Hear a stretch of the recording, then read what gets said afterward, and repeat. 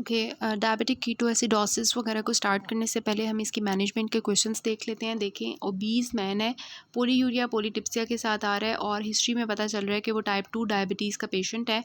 तो आपने 4 pharmacological groups लिखने हैं ओरल हाइपोग्लाइसेमिक एजेंट्स के और उनकी एक एक एग्जांपल दे देनी है। तो ये वही सेम क्वेश्चन है जो हम पहले अटैम्प्ट कर चुके हैं, उसी तरह आपने करना है। फिर आता है कि 25 ईयर्स ओल्ड थिन लीन फीमेल है और उसको जो है वो मतलब कि ब्लड ग्लूकोज लेवल उसका ज़्यादा हुआ है, 2 इक्वेशंस में हमने लिया था। अब आप उसको क्या ट्रीटमेंट एडवाइस करोगे, ठीक है। तो advice would you give her, तो उसमें आपने एक तो डिपेंड करता है ना कि वो कौन सी टाइप ऑफ डायबिटीज़ है, तो उसके मुताबिक आप उसकी मेडिकेशंस जो है वो फाइनलाइज़ करोगे कि मैंने इसको कौन सी मेडिसिन देनी है। टाइप 1 डायबिटीज़ है तो इंसुलिन की कौन सी कैटेगरीज़ हमने वो सारी देखी थी, वो हमने दे देनी है। अगर टाइप 2 है तो उसमें से आपने किस तरह से मेटफॉर्मिन को स्टार्ट करवाना है और फिर आहिस्ता आहिस्ता जो है उसको चेंज करना है, ठीक है। तो मतलब कि ओरल हाइपोग्लाइसेमिक ड्रग्स। और अब हम उसको एडवाइस क्या करेंगे, ये हमने वही वाला लिखना है कि हम उसकी काउंसलिंग करेंगे, उसकी फैमिली मेम्बर्स की काउंसलिंग करेंगे और इसके अलावा हम उसको जो है डाइटरी लाइफस्टाइल और एक्सरसाइज का कहेंगे और उसकी फ़ैट मतलब उसकी जो डाइट है उसको रेगुलेट करेंगे, ठीक है। और उसके अलावा जो है हम उसको स्मोकिंग का, अल्कोहल का, इसको हम अवॉइड करवाएंगे, ठीक है। इसका मैं थोड़ा सा दिखा देती हूँ कि follow your diabetic management plan, कि आपने जो है जो आपको इंसुलिन दी जा रही है उसकी करेक्ट डोजेज़ लेनी है आपने, क्योंकि अगर आप नहीं लोगे तो उसकी वजह से आपको डायबिटिक कीटोएसिडोसिस या एक्यूट कॉम्प्लिकेशन फेस करनी पड़ सकती है। Monitor your blood sugar frequently, आपने जो अपना ब्लड शुगर मॉनिटर करते रहना होता है। Monitor your ketone levels when you are sick, feel sick और have the high blood sugar level, उसको भी आपने मॉनिटर करना होता है। Limit the processed and the prepared foods, इसके अलावा include the complex carbohydrates, eat healthy fats, ये वो चीज़ें होती हैं जो आपने उसको मतलब एडवाइस करनी होती हैं। Choose the lower calorie foods, इसके अलावा कुक विद हर्ब्स, इसके अलावा ये जो चीज़ें नीचे लिखी हुई है ना डिटेल, उसको आप रीड कर लें। Control your portion sizes, drink plenty of water, lose extra weight, increase your daily activity, find a sport group, ठीक है। जो आपके डायबिटिक लोग हैं उनके साथ आप एक स्पोर्ट ग्रुप बनाओ और अपनी डायबिटीज़ को वेल कंट्रोल रखो। इस तरह से आप कुछ एडवाइसेस हैं जो आप उसको दे सकते हो इसके लिए। Which acute complication can occur if not treated properly, तो क्या हो सकता है अगर तो वो टाइप 1 डायबिटीज़ की पेशेंट है तो उसको जो है वो हो सकता है डायबिटिक कीटोएसिडोसिस, और अगर टाइप 2 की है तो उसको हाइपर और स्मॉलर नॉन कीटोटिक कोमा जो है वो फेस करना पड़ सकता है। ये भी हम इनकी डिटेल्स देखेंगे, ठीक है। इसके अलावा आता है कि 50 इयर्स ओल्ड लेडी है और फास्टिंग उसका ब्लड शुगर लेवल 160 गया हुआ है, जो कि नॉर्मली कितना होना चाहिए, 110 से कम होना चाहिए। और ओबीज़ है, वेट उसका 90 केजी है। तो अब कौन सी ड्रग जो है वो स्टार्ट करवाओगे, जब आप स्टार्ट करवाते हो तो मेटफॉर्मिन स्टार्ट करवाते हो। What would be preferred anti hypertensive drug, तो उसका ब्लड प्रेशर भी देखें ज़्यादा हुआ है तो कौन सी प्रेफर्ड होगी। एस इनहिबिटर्स हो सकते हैं, आर्ब्स हो सकते हैं। एस इनहिबिटर्स में we have the captopril and ARBs में वी हैव द कैंडीसार्टन और losartan. What would be your targeted blood pressure level in this lady, 130 से कम होना चाहिए, सिस्टलिक और डायस्टलिक 90 से कम होना चाहिए। फिर फोर्थ वाला जो है इसमें भी उन्होंने सारा लिख के ना एंड पे यही पूछा हुआ है, what 4 various groups of medicine he should be upon, ठीक हो गया। सो डायबिटिक कीटोएसिडोसिस की बात करते हैं सबसे पहले कि ये जो मेडिकल एमरजेंसी होती है जिसमें टाइप 1 डायबिटीज़ के लोगों में मोस्टली ये होती है। और इसके की फ़ीचर्स क्या होते हैं कि इसमें हाइपरग्लाइसीमिया हो जाता है, मींस ग्लूकोज का लेवल बहुत ज़्यादा हद तक बढ़ जाता है। फिर पॉजिटिव सीरम और यूरिन कीटोन्स, मींस के कीटोन्स यूरिया होना शुरू हो जाता है। और तीसरा ये कि मेटाबॉलिक एसिडोसिस हो जाती है। जब भी हमारी बॉडी में, क्योंकि टाइप 1 डायबिटीज़ के लोगों में क्या होता है, इंसुलिन की डेफिशिएंसी होती है। जब इंसुलिन की डेफिशिएंसी होती है तो हमारे सेल्स जो हैं उनको ग्लूकोज नहीं मिलता, वो भूखे भूखे भूखे होते हैं। और फिर उसकी वजह से क्या होता है कि जो ब्लड होता है उसमें तो ग्लूकोज का लेवल बढ़ा होता है लेकिन ब्लड सेल्स को जो है वो ग्लूकोज नहीं जा रहा होता। जब ग्लूकोज ज़्यादा होता है ब्लड के अंदर तो किडनी के अंदर जो ब्लड जा रहा होगा उसमें भी ग्लूकोज ज़्यादा होगा। तो जब ग्लूकोज यूरिन में आ रहा होगा तो ज़्यादा से ज़्यादा वाटर जो है वो भी ग्लूकोज, जहाँ ग्लूकोज वहाँ वाटर, तो वाटर भी बॉडी से निकलना शुरू हो जाएगा और ऑस्मोटिक डायरेसिस हो जाएगी। पेशेंट को बहुत ज़्यादा यूरिन आएगा और उसकी बॉडी से सारा पानी निकलता जाएगा ग्लूकोज के ज़्यादा होने की वजह से, जिसकी वजह से उसको हाइपोटोनिक लॉसेस होंगे। दूसरा क्या है, इंसुलिन की डेफिशिएंसी की वजह से, insulin was an anabolic hormone जो हमारी बॉडी के प्रोटीन्स को बना रहा था, लेकिन प्रोटीन अब इंसुलिन नहीं है तो अब प्रोटीन टूटना शुरू हो जाएगी, जिसकी वजह से अमाइनो एसिड ज़्यादा होना शुरू हो जाएंगे ब्लड में। वो अमाइनो एसिड जो हैं वो अब ग्लूकोज में कन्वर्ट होना शुरू हो जाएंगे। आपको पता है ना, जब हमारी बॉडी में, अब हमारे बॉडी में ग्लूकोज तो ज़्यादा है लेकिन सेल्स को नहीं मिल रहा, सेल्स को लग रहा है हमारी बॉडी में ग्लूकोज नहीं है, तो अब वो प्रोटीन्स को तोड़ना शुरू कर देगी बॉडी के, वो ग्लूकोज में कन्वर्ट हो गए, किसी तरह सेल्स को मिल जाए, लेकिन बॉडी को क्या पता कि इंसुलिन नहीं है। ठीक है, तो इस वजह से प्रोटीन्स टूट के ग्लूकोज में कन्वर्ट होना शुरू हो जाती हैं, ग्लूकोनियोजेनेसिस होना शुरू हो जाती है, ग्लाइकोजिनोलाइसिस हो जाती है। तीसरा क्या होता है कि इंसुलिन लिपिड्स को बना के रख रहा था, अब लिपिड टूटना शुरू हो जाएंगे, लाइपोलाइसिस स्टार्ट हो जाएगी, बॉडी में फ्री फैटी एसिड जो ग्लिसरॉल ज़्यादा हो जाएंगे।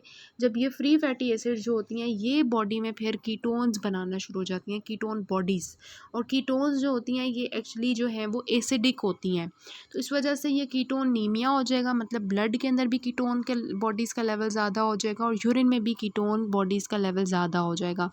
तो ये जो इंसुलिन की डेफिशिएंसी की वजह से 3 इफ़ेक्ट्स आ रहे हैं, ऑस्मोटिक डायरेसिस हो रही है, बॉडी में सारा ब्लड, बॉडी का जो पानी है वो निकलता जा रहा है। दूसरा ये कि बॉडी में जो प्रोटीन्स हैं वो टूटना शुरू हो गई हैं और उसकी वजह से ग्लूकोनियोजेनेसिस, ग्लाइकोजिनोलाइसिस हो रही है, और लाइपोलाइसिस की वजह से free fatty acids ketone bodies में कन्वर्ट होके क्या कर रहे हैं कि बॉडी में जो है वो एसिडोसिस करवा रहे हैं। तो इस वजह से हम ये कहते हैं कि ये सारी चीज़ें करवा क्या रही हैं कि बॉडी को किसी तरह एनर्जी मिल जाए, ब्रेन को किसी तरह एनर्जी मिल जाए, क्योंकि ब्रेन के सेल्स के अंदर ग्लूकोज नहीं जा रहा, अब किसी और तरह से ब्रेन को मिलनी चाहिए एनर्जी, तो कीटोन बॉडीज़ कहते हैं हम एनर्जी प्रोवाइड करते हैं बॉडी को, इस वजह से वो बॉडी में ज़्यादा बनना शुरू हो जाती है फ्री फैटी एसिड्स के, फ्री फैटी एसिड से। इस वजह से हम कहते हैं कि जो डायबिटिक कीटोएसिडोसिस होती है इसमें हाइपरग्लाइसीमिया हो जाता है, उसके रिजल्ट में कीटोन्स बॉडीज़ बनना शुरू हो जाती हैं, सीरम और यूरिन की कीटोन ज़्यादा हो जाती हैं, और मेटाबॉलिक एसिडोसिस हो जाती है because of the ketone bodies. ठीक है, तो अब जो है इसके प्रेसिपिटेटिंग फैक्टर्स भी आपके आते होते हैं यूक्यू में कि कौन से प्रेसिपिटेटिंग फैक्टर्स हैं। किसी को पहले से कोई डायबिटीज़ टाइप 1 थी और एकदम से उसको कोई स्ट्रेस आया, कोई इलनेस हो गई, लाइक उसको जो है कोई इन्फेक्शन हो गया, कोई ट्रॉमा हो गया, कोई मायोकार्डियल इन्फेक्शन हो गया, स्ट्रोक हो गया, या उसको सर्जरी उसकी हो गई, या सेप्सिस हो गई, या जीआईटी ब्लीडिंग हो गई, या उसने अल्कोहल ले लिया, या फिर उसकी मोस्ट इंपॉर्टेंट ये होता है कि जो लोग होते हैं ना, कोई फंक्शन में चला जाते हैं, सिनेरियो भी हम डिस्कस करेंगे, भाई की शादी पे गया हुआ था, इंसुलिन की डोज मिस कर दी, टाइप 1 डायबिटीज़ का पेशेंट था, इंसुलिन की डोज मिस कर दी, उधर जाके शादी पे सही हलवे खा के वापस आया और फिर डायबिटिक कीटोएसिडोसिस बन के ना तो गया हॉस्पिटल। या ये होता है कि ईद के बाद जो छोटी ईद होती है ना उसमें ज़्यादातर ये होता है कि लोग जो हैं वो इंसुलिन की डोजेज़ मिस कर देते हैं, और जी क्या करते हैं कि ईद पे सही मीठा मूठा खा लेते हैं, तो फिर ईद के तीसरे दिन जो है ना पेशेंट्स बन के आ जाते हैं डायबिटिक कीटोएसिडोसिस के। तो मिस डोजेज़ या inadequate administration of insulin. Clinical features जो हैं वो हम डिस्कस करते हैं in the form of table इसका।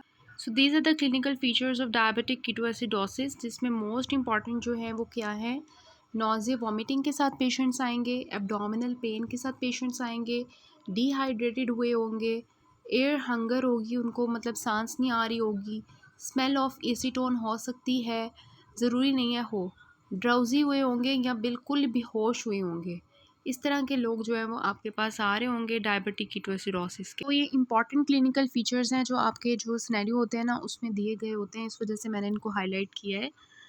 अब इसका डायग्नोसिस कैसे होता है डायबिटिक कीटोएसिडोसिस का, तो इन लोगों के अंदर हमें क्या मिलेगा, ग्लूकोज का लेवल ज़्यादा मिलेगा ना, तो कितना ज़्यादा मिलता है, 450 से लेके 850 के दरमियान में मिलता है। इसके अलावा मेटाबॉलिक एसिडोसिस हुई होती है, तो पीएच इनकी क्या होनी चाहिए, एसिडिक होनी चाहिए ना, तो 7.3 से कम होती है, और इनका जो बाइकार्बोनेट का लेवल होता है क्योंकि एसिडिटी हुई भी है तो ये कम हो जाएगा, 15 से कम हो जाएगा। एनॉइन गैप इनका ज़्यादा हुआ होता है due to production of ketones. फिर कीटोनीमिया होता है, मीन्स उनके ब्लड में भी कीटोन ज़्यादा हैं और यूरिन में भी कीटोन ज़्यादा हैं। और इसके अलावा जो है अदर लैब फाइंडिंग्स में हाइपर ऑस्मोलैरिटी होती है, हाइपोनेट्रीमिया होता है, लेकिन इसको हम करेक्ट नहीं करते क्योंकि ये जो होता है ना टोटल सोडियम नॉर्मल होता है, लेकिन जो है ना टोटल सोडियम नॉर्मल होता है, लेकिन वैसे शिफ्टिंग की वजह से ख़राब हुआ होता है थोड़ा। इसके अलावा इन लोगों के अंदर जो इलेक्ट्रोलाइट डिस्टर्बेंसेस हो सकती हैं, पोटेशियम ज़्यादा भी हो सकता है, कम भी हो सकता है। इस वजह से जो ज़्यादातर मसला आता है ना वो इनके ट्रीटमेंट में वो ये होता है कि हमने पोटेशियम को बैलेंस रखना होता है, क्योंकि आपको पता है पोटेशियम अगर ज़्यादा हो जाए, कम हो जाए, इसका एक लेवल होता है, इससे आगे पीछे हो जाए ना तो ये एरिथमियास करवा सकता है। इस वजह से इसके लेवल को हमने बहुत अच्छे से मॉनिटर करके रखना होता है और ट्रीट करना होता है।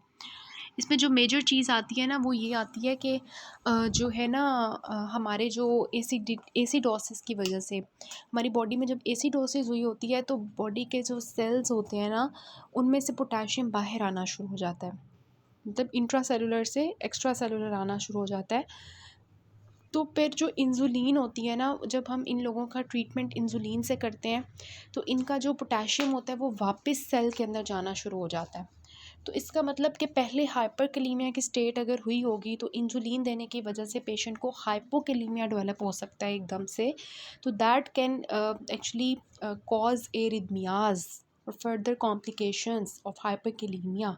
सो इस वजह से हमें बहुत टाइटली रेगुलेट करना पड़ता है इनके पोटेशियम लेवल को। ठीक हो गया।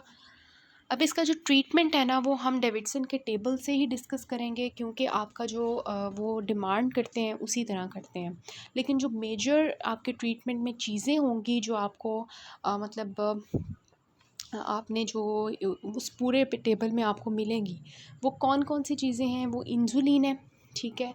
दूसरा ये है कि फ्लूइड रिप्लेसमेंट, मतलब डायबिटिक कीटोएसिडोसिस के लोगों को हाइपरग्लाइसीमिया हुआ है तो हमने उनको इंसुलिन देनी है। उनको डिहाइड्रेशन हुई हुई है ऑस्मोटिक डायरेसिस की वजह से तो हमने उनकी बॉडी के अंदर फ्लूइड्स देने हैं, आईवी फ्लूइड्स देने हैं। उनकी अगर पोटाशियम जो है वो कम हुई हुई है तो हमने उनके पोटाशियम को रेगुलेट करना है। तो ये 3 चीज़ें होंगी हमारी बेसिक जो मैनेजमेंट में काम आएगी, ठीक है। और ये साथ में इन्होंने लिखा हुआ है कि जो डायबिटिक कीटोएसिडोसिस के पेशेंट्स होंगे उनकी हम हिस्ट्री लेंगे कि उनके कोई प्रेसिपिटेंट्स तो नहीं थे जिसकी वजह से वो हो गया, उनको पहले कोई डायबिटीज़ थी।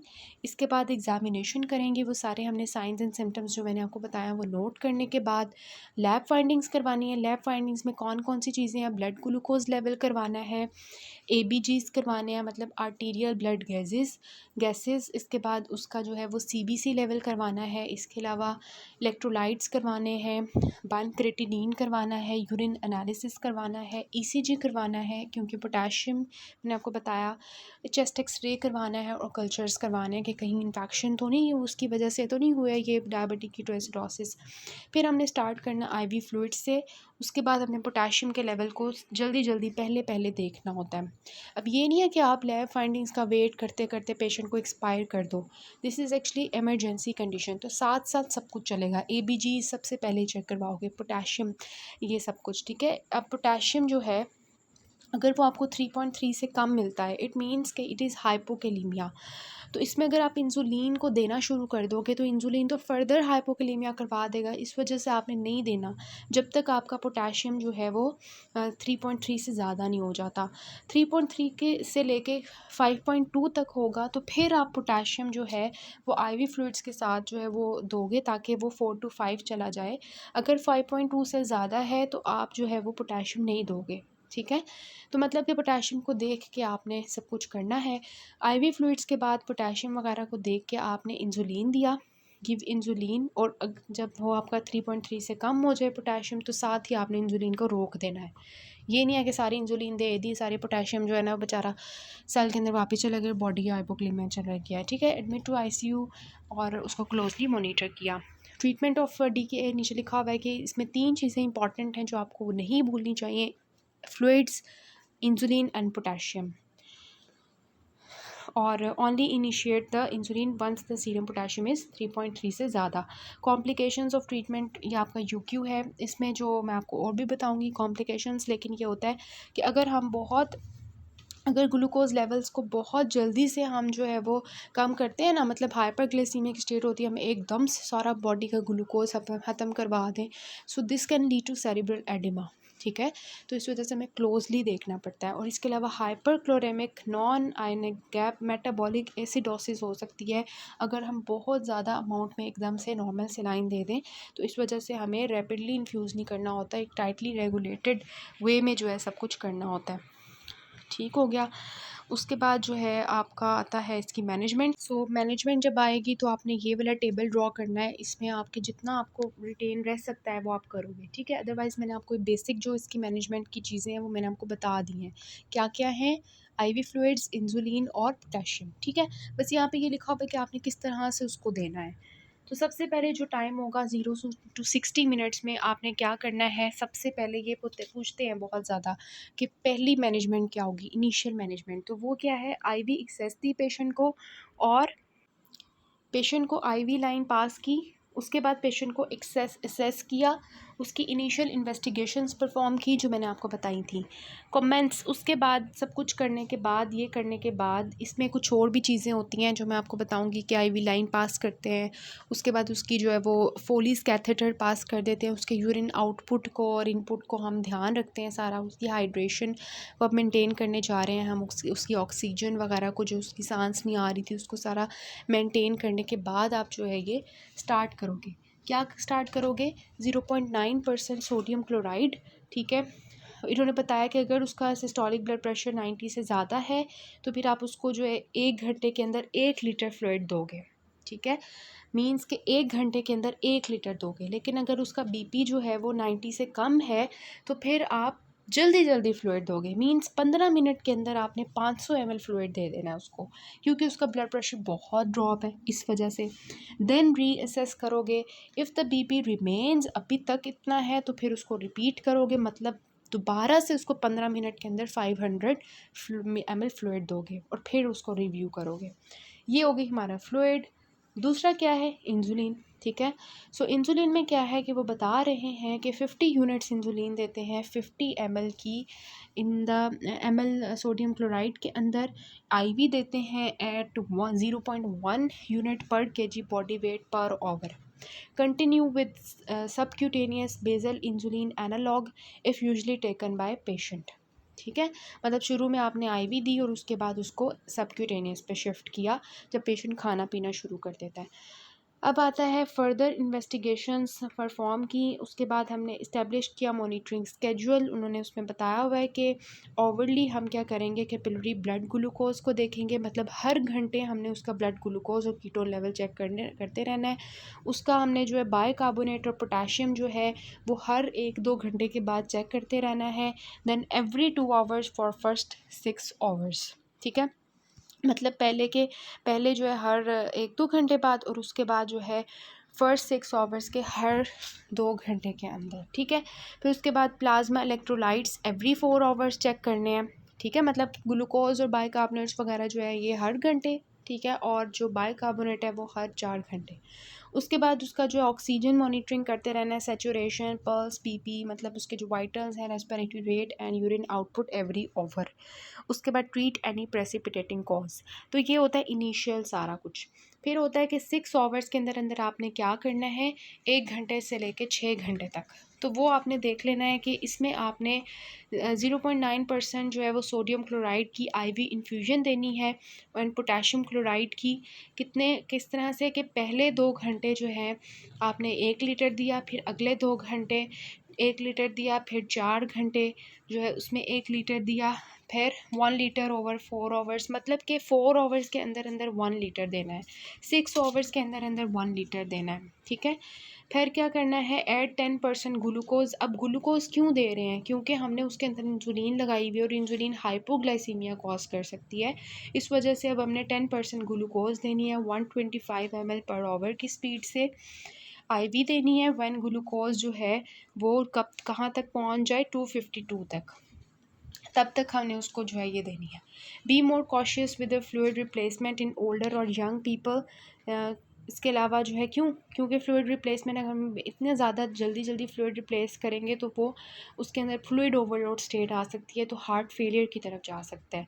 इस वजह से ओल्डर और यंग पेशेंट में हमने ये देखना है। Pregnant patients and those with renal और हार्ट फेलियर, इफ़ सोडियम का लेवल अगर 155 से ज़्यादा हो जाता है तो हम 0.45% सोडियम क्लोराइड जो है वो हम यूज़ कर सकते हैं। तो इसमें बेसिक चीज़ जो थी ना वो आपकी ये थी, एक आपकी ये आपने फ्लूइड कैसे देना है और ग्लूकोज किस तरह से देना है और फ्लूइड रिप्लेसमेंट कैसे बैलेंस रखना है। फिर आपका आ जाता है कि एडजस्ट द पोटेशियम। अब इसी में आपने 6 घंटे के अंदर अंदर पोटेशियम को भी रेगुलेट करना होता है कि किस तरह से आपने 5.5 से कम होगा तो आप जो है पोटेशियम रिप्लेसमेंट ज़्यादा होगा तो पोटेशियम रिप्लेसमेंट नहीं करोगे।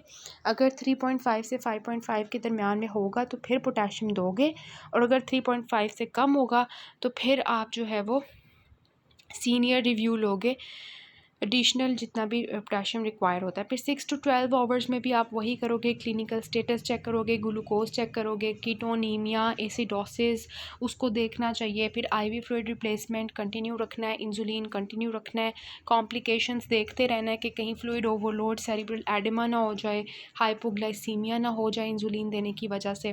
मतलब इसमें मोस्टली मॉनिटरिंग है। फिर 12 to 24 आवर्स के अंदर आपने अब जो है ना आपकी आधा दिन गुजर चुका है तो आपका जो कीटोनीमिया और एसिडोसिस है ना वो रिजॉल्व हो जाना चाहिए। ब्लड कीटोन्स कम हो गई होनी चाहिए और बाइकार्बोनेट ज़्यादा मतलब नॉर्मल हो जाना चाहिए। If patient is not eating and drinking तो अब आपने आईवी उसको इंसुलिन देनी है और आईवी फ्लूइड देते रहना है। लेकिन अगर कीटो एसिडोसिस रिजॉल्व हो गई है और वो खा पी सकता है तो अब आपने सबक्यूटेनियस इंसुलिन देनी है। ठीक है, मतलब कि अगर वो खा पी नहीं सकता तो आईवी इंसुलिन, अगर वो खा पी सकता है तो सबक्यूटेनियस स्टार्ट कर देनी है। ठीक हो गया। उसके बाद एडिशनल प्रोसीजर्स में लिखा हुआ है कि यूरिनरी, वही जो मैं आपको बता रही थी कि यूरिनरी कैथेटराइजेशन करनी है। अगर उसको परसिस्टेंट वॉमिटिंग हो रही है तो हम इंसर्ट करेंगे nasogastric tube, insert IV line. अगर उसका कार्डियोवास्कुलर सिस्टम कॉम्प्रोमाइज्ड है to allow the fluid replacement. Also consider in the older patients, pregnant women, renal or cardiac failure, measure the arterial blood gases, repeat chest x-ray, repeat करते रहना है, oxygen saturation, ECG monitoring, give thrombophilaxis with the low molecular weight heparin।